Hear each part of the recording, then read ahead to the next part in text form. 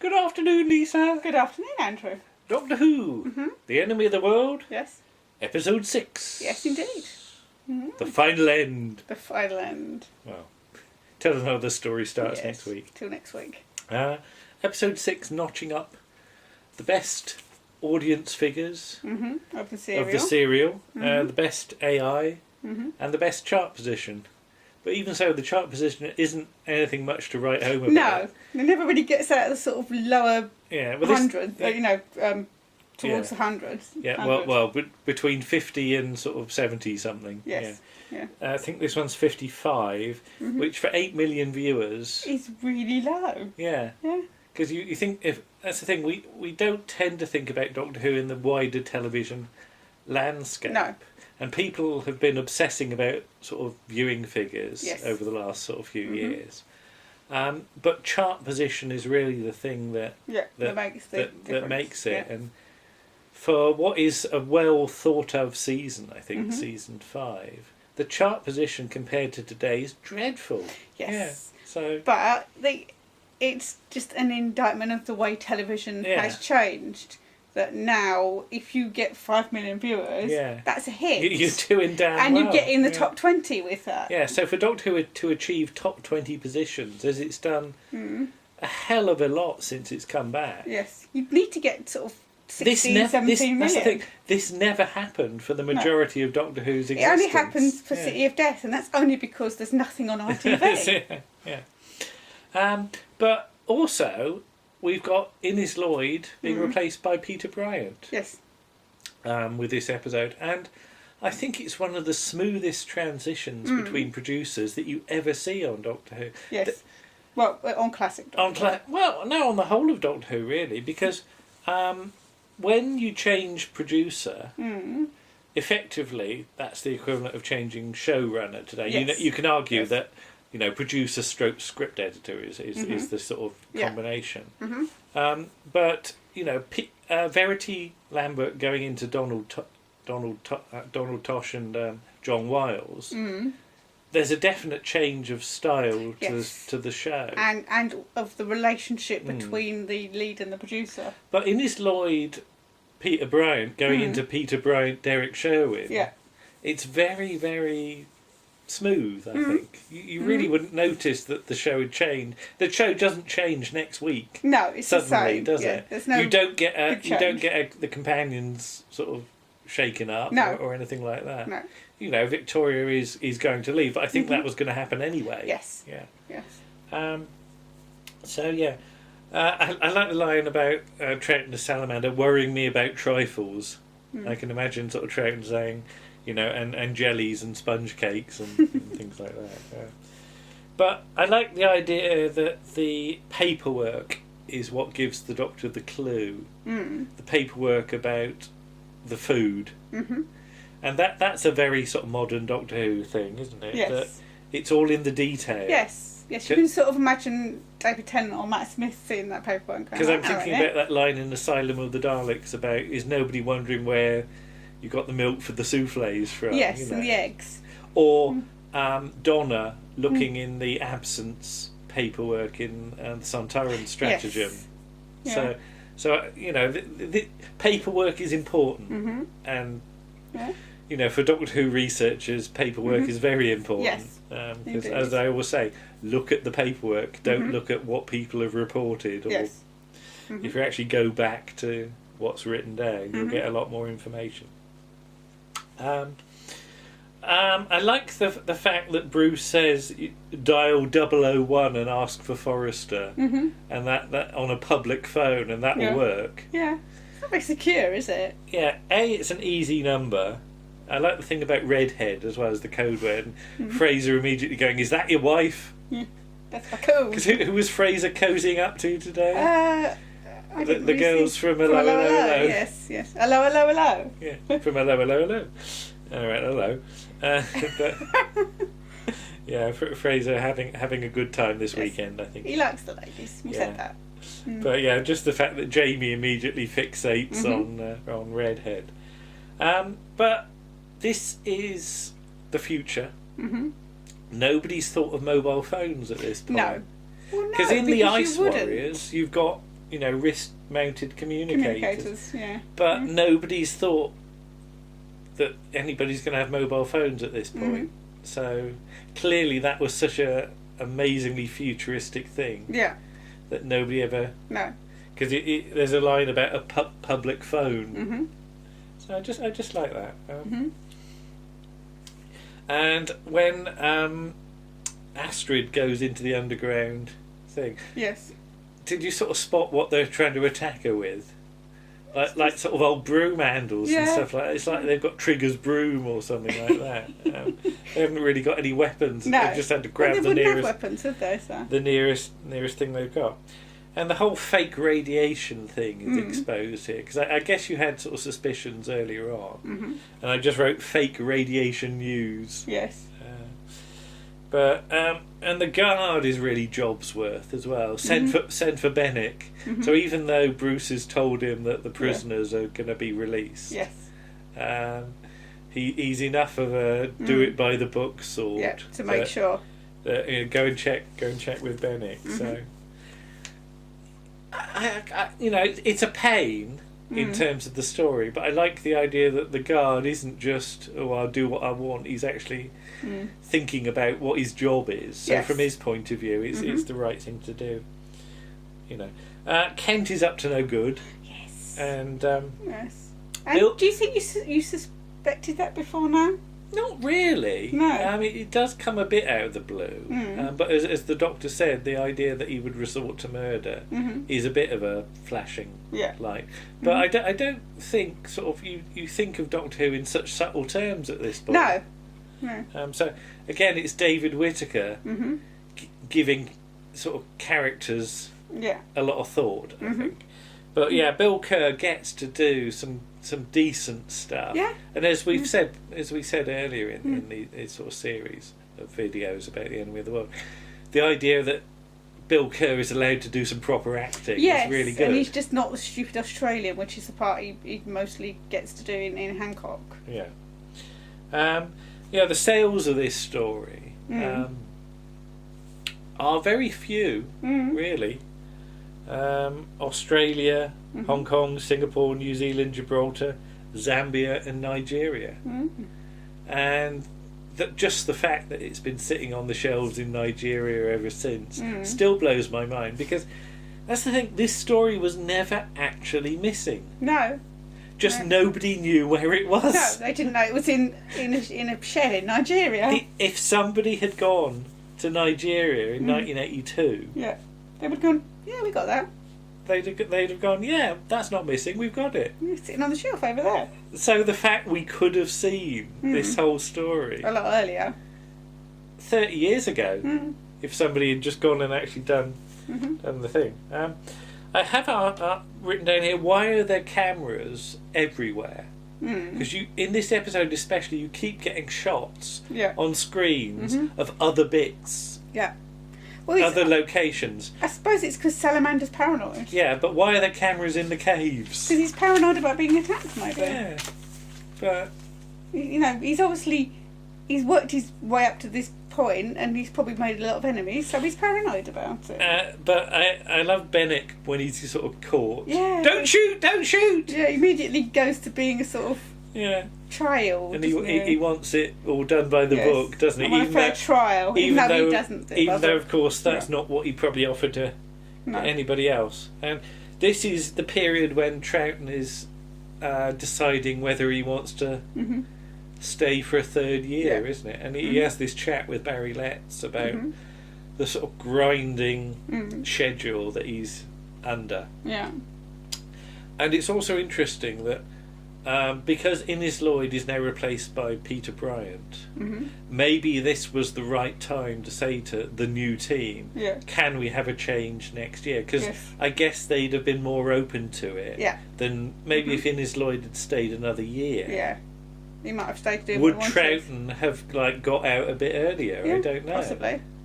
Because he wants changes to be made. And if the old team had stayed on and were not acceptable of these changes, just an interesting thought that maybe Troughton would have left after his second year, if the production team hadn't changed at this point.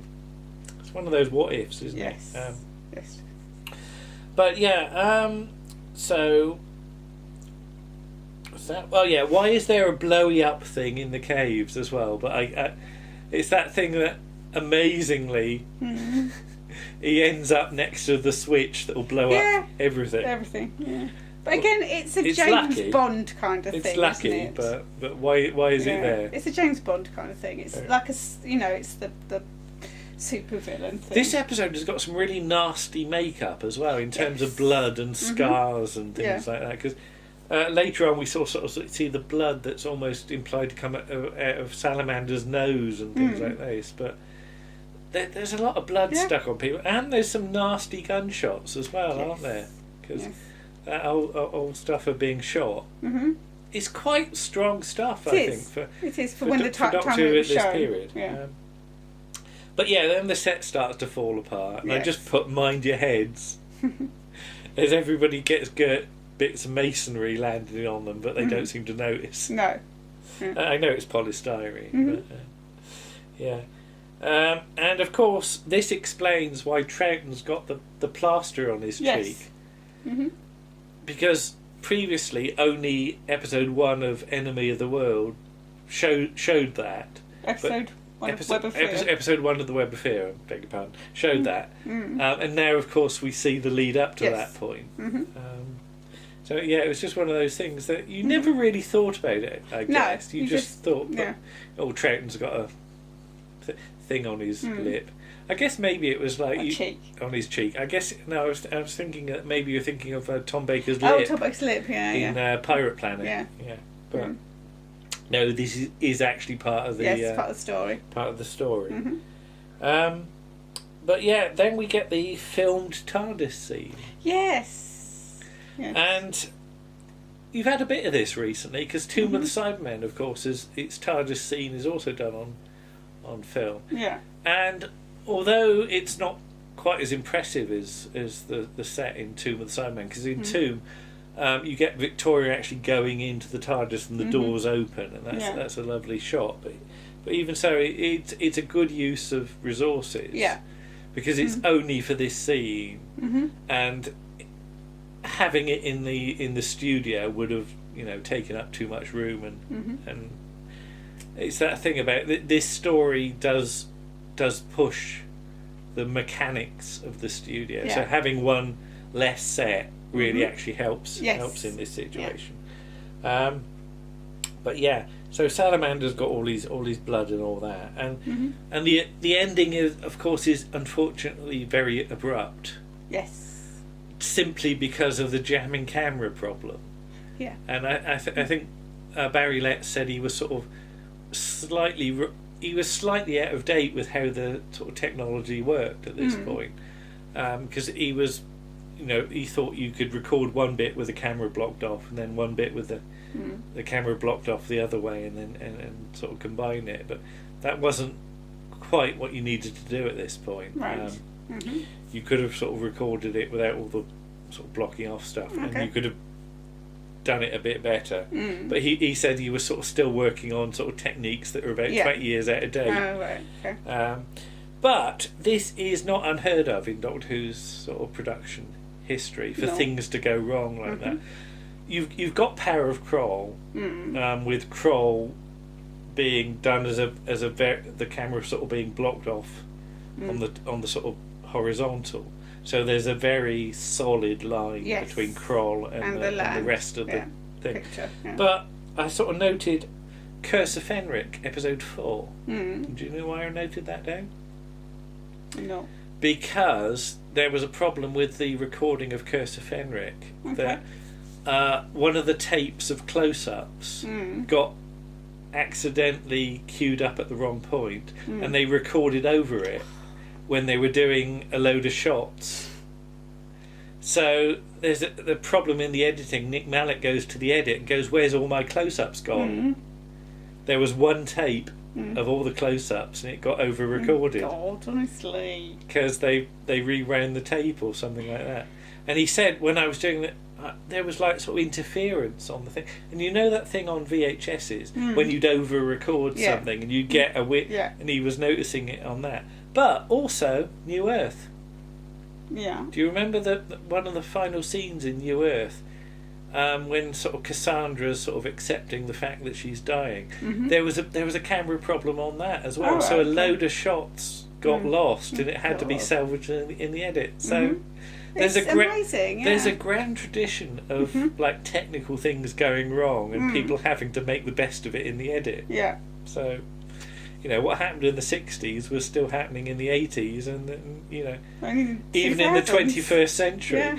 And there are probably other examples of that we don't even know about. No. So I can fully sympathise with that. And I simply wrote, "Where's the trailer?" on the DVD. Yeah. Because there is, of course, the famous trailer that Warren and I parody in... Is it episode 15 of Around the Archives? Yes, it is. Yes. Doctor Who and the Web of Fear, next Saturday at 5:25. And I first heard that on Alan Hayes' Sonic Waves tape zine. Mm-hmm. So the audio of that has always been knocking about. Yeah. It's a great shame on the DVD they don't reconstruct the actual trailer. Unless I've sort of missed it and it is actually on there. I don't think it is. But overall, great story and so wonderful to have it back and complete. Is. Well, and having more Troutman is always good, isn't it? So. But this being a special edition, I do like the sort of little piece about Martin Lismore that's on here. That is beautiful. And I do have to sort of mention a few of things. Martin Lismore being the PA on this story. And we would let it go on to be producer of things such as the Pallisers, Claudius. Pallisers, sorry. Well, yeah, I'm just going to say about the Pallisers. John Nathan Turner works on the Pallisers, and the production assistant John Harris, according to the J&T book from Milk. That's the first version. There was another. And Richard Marston, of course. Hello, Richard. John Harris, the PA, had to be rushed to hospital to have a kidney removed. Lismore refused to have the replacement he was offered and insisted on John Nathan Turner stepping up and taking over. I was promoted overnight, J&T recalled, so I was suddenly doing a job I hadn't been trained for. It must have been Monty Python time, says Janet Radenkovic, because John Nathan Turner wore a sort of toy parrot on his shoulder in the studio. Okay. Ronnie Marsh came in and looked in on disapprovals. J&T said, "You know it's difficult having been an AFM and suddenly being a production manager on the same show. I didn't want to try the authority bit, I want to try the jokey way." Okay. Can you imagine J&T with a parrot on his shoulder? Yes. And tragically, of course, Martin Lismore gets killed in a car accident very sadly. Some years later. But J&T produces and directs Martin Lismore A Celebration. Sketches from people including Michael Palin, Terry Jones and Peter Ling. Okay. That's a weird combination of people. Music from Richard Stilgoe. Okay. And stars Christopher Biggins, Brenda Bruce, Chris Dominic Gard, Neris Hughes, Jeremy Irons, Anna Massey, John Normington, Michael Robbins, Gareth Thomas, Chris Timothy, Fiona Walker, Derek Waring and Maury Watson. So think of all the connections you've got there with 80s Doctor Who. Well, you get Anthony Alley in the Pallisers. Yeah, that's true. You know. So as I always say, the more you research everybody involved with TV at this point, the more everything joins up. Yeah. So, you know, Doctor Who is great, and I've always said this, but there's other stuff. It doesn't hurt to know a bit more about other shows. So there we go. Yes. But there's The Enemy of the World. Yes, and the end of Black and White. Doctor Who. Well, that we're going to look at. That we're going to look at. Well, I mean, in our marathon. Yes. We are now going to jump ahead, of course, to John Pertwee. And shall we say what we're going to do? Yeah. All right, go on then. Yeah. We're going to look at his first story. Yeah. Spearhead from Space. And in conjunction what's with the associated show then? We're going to do The Mind of Mr. J.G. Reader with Hugh Burton in it, because it's fabulous, and if you've never seen it, you should. Yes. A very good excuse to finally do Yes, Mr. Reader. Reader. Okay. Mm-hmm. See you all again then. Okay. Bye-bye. Bye.